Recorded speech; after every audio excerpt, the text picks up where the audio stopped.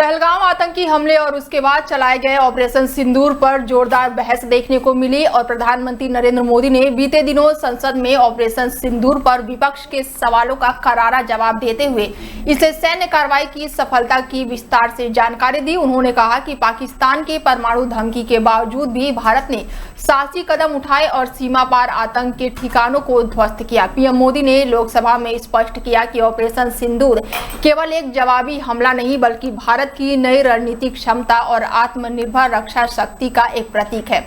अपने 100 मिनट के भाषण में पीएम मोदी ने ऑपरेशन सिंदूर की उपलब्धियों को गिनाते हुए इसे भारत की नई आतंकवाद विरोधी नीति का प्रतीक बताया। प्रधानमंत्री नरेंद्र मोदी ने संसद में अपने भाषण के जरिए यह स्पष्ट कर दिया है कि ऑपरेशन सिंदूर केवल सैन्य कार्रवाई नहीं बल्कि भारत के आत्मविश्वास, तकनीकी क्षमता और बदलती हुई रणनीतिक सोच की नई पहचान है। आदरणीय अध्यक्ष जी, 22 अप्रैल को पहलगाम में जिस प्रकार की क्रूर घटना घटी, जिस प्रकार आतंकवादियों ने निर्दोष लोगों को उनका धर्म पूछ पूछ करके गोलियां मारी, ये क्रूरता की पराकाष्ठा थी। भारत को हिंसा की आग में झोंकने का ये सुविचारित प्रयास था। भारत में दंगे फैलाने की ये साजिश थी। मैं आज देशवासियों का धन्यवाद करता हूं कि देश ने एकता के साथ उस साजिश को नाकाम कर दिया।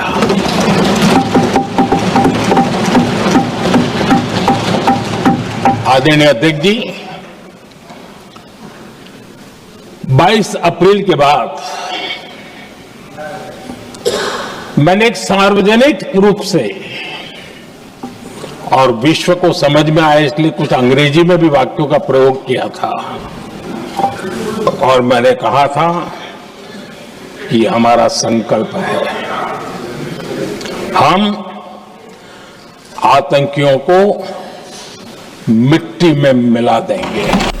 रूस के कैमचटका प्रायद्वीप के पास आए भयंकर भूकंप के बाद सुनामी की चेतावनी जारी कर दी गई है और रूस और जापान के कई इलाकों में सुनामी की लहरें उठनी शुरू हो गई है, जिसकी तीव्रता 8.8 मापी गई है। रूस और जापान के साथ ही अमेरिका के हवाई और कनाडा के वेस्ट कोस्ट में भी सुनामी की चेतावनी जारी कर दी गई है। रिपोर्ट के मुताबिक 8.8 तीव्रता के भूकंप के बाद से रूस के समूह और जापान के बड़े उत्तरी द्वीप के तटीय क्षेत्र में सुनामी आ गई है और सुनामी की लहरों के कई वीडियो भी सोशल मीडिया पर वायरल हो रहे हैं, जिसके बाद से अमेरिकी राष्ट्रपति डोनाल्ड ट्रंप ने भी भूकंप और सुनामी को लेकर लोगों को चेतावनी जारी की है। उन्होंने सोशल मीडिया पर लिखा कि प्रशांत महासागर में आए भीषण भूकंप के कारण हवाई में रहने वालों के लिए सुनामी की चेतावनी जारी की गई है। अल्सा और साथ ही संयुक्त राज्य अमेरिका के प्रशांत तट पर सुनामी निगरानी जारी है। जापान भी खतरे में है, इसके साथ ही मजबूत रहें और सुरक्षित रहें। जापान ने भी टोक्यो खाड़ी सहित कई इलाकों में सुनामी के लेकर चेतावनी जारी की है। तो वहीं न्यूजीलैंड में आपदा प्रबंधक एजेंसी ने तटीय इलाकों में असामान्य और तेज धाराओं की चेतावनी जारी की है। हालांकि अभी वहां निकासी की जरूरत नहीं है। फिलीपींस में भी भूकंपीय एजेंसियों ने प्रशांत महासागर में सटे तटीय इलाकों में लोगों को समुद्र तटों से दूर रहने की सलाह दी है। तो वहीं गवर्नर जोस ग्रीन ने सोशल मीडिया पर लोगों से अपील की है कि वो मामले को हल्के में ना ले और तटीय इलाकों से दूर जाकर ऊंची और सुरक्षित जगहों पर शरण लें। इसके साथ ही उन्होंने कहा कि इंतजार ना करें, तुरंत जगह छोड़ दें। हवाई के बिग आइसलैंड पर एक क्रूज जहाज ने अपने यात्रियों को वापस बुला लिया है। तो वहीं पुलिस ने वहां पर मौजूदा खाने पीने के ट्रकों और पर्यटकों से जगह खाली करने को कहा है, तो वहीं कैलिफोर्निया के तटीय क्षेत्र के लिए सुनामी की चेतावनी जारी कर दी गई है। यहाँ कई लहरों के आने की आशंका है जो 10 से 36 घंटे तक जारी रहेगी।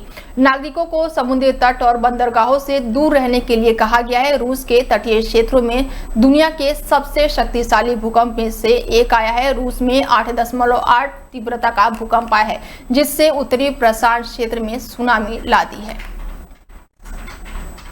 बिहार विधानसभा चुनाव के पहले नीतीश कुमार ने बड़ा ऐलान कर दिया है। बता दें कि नीतीश कुमार सरकार ने एक और बड़ा तोहफा महिलाओं को दिया है। नीतीश सरकार ने बिहार में आशा कार्यकर्ताओं को मानदेय बढ़ाने का फैसला किया है और अब उन्हें 1000 की जगह 3000 रुपए दिया जाएगा। मुख्यमंत्री नीतीश कुमार ने एक्स पर पोस्ट करते हुए ये बड़ा ऐलान किया है।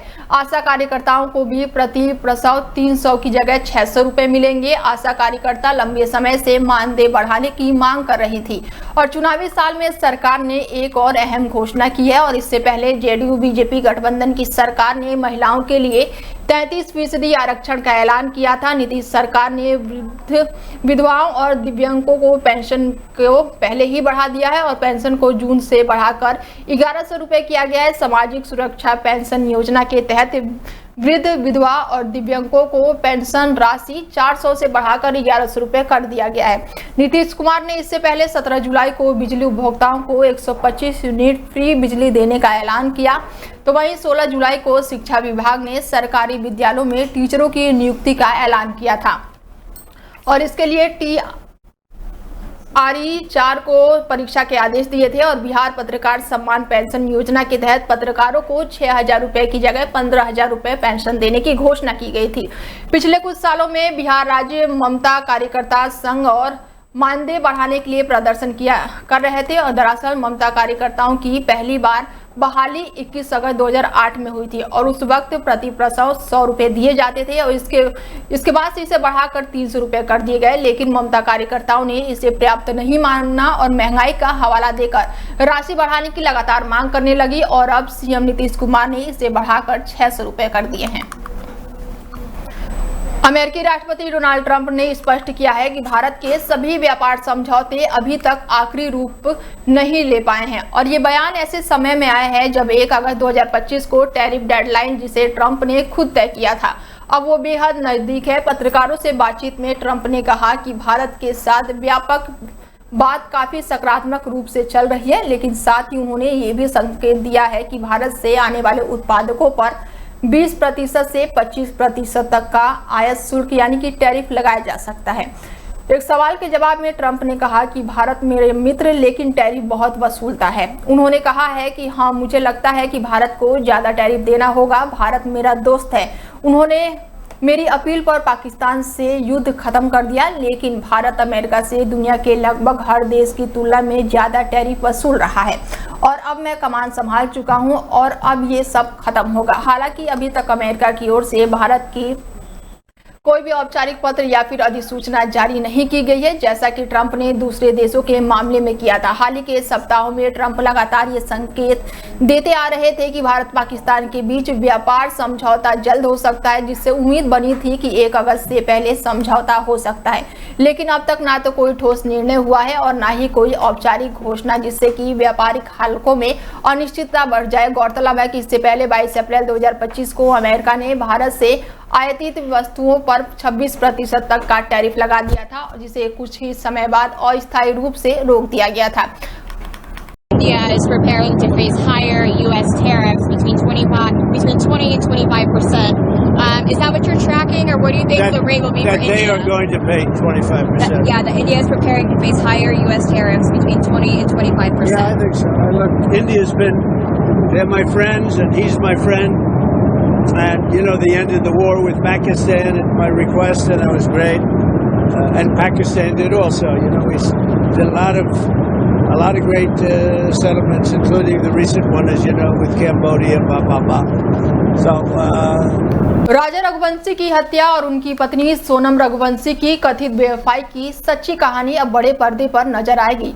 इस हाई प्रोफाइल केस पर अधिकारित फिल्म हनीमून इन शिलोंग का अधिकारित ऐलान कर दिया गया है। राजा के परिवार और फिल्म के निर्देशक एपी ने एक प्रेस कॉन्फ्रेंस में फिल्म की घोषणा की है। राजा रघुवंशी के भाइयों ने अपने निवास स्थान पर आयोजित इस प्रेस कॉन्फ्रेंस के फिल्म की जानकारी मीडिया को दी है। मुंबई के फिल्म निर्देशक एसपी ने खुद राजा रघुवंशी के परिवार से मिलकर इस फिल्म की रूपरेखा तैयार की है और ये फिल्म एक मर्डर मिस्ट्री होगी जिसमें राजा की जिंदगी, उनके वैवाहिक संबंध और हत्या से जुड़ी घटनाओं को दिखाया जाएगा। फिल्म को लेकर निर्देशक ने कहा है कि ये एक सस्पेंस से भरपूर मर्डर मिस्ट्री है और इसे हम न्यायपूर्ण और सच्चाई के करीब दिखाने का पूरा प्रयास करेंगे। फिल्म में अनुभवी और प्रतिभाशाली कलाकारों को लिया जाएगा और इसकी शूटिंग इंदौर और शिलोंग में ही की जाएगी। फिल्म हनीमून इन शिलोंग का पहला पोस्टर भी रिलीज कर दिया गया है।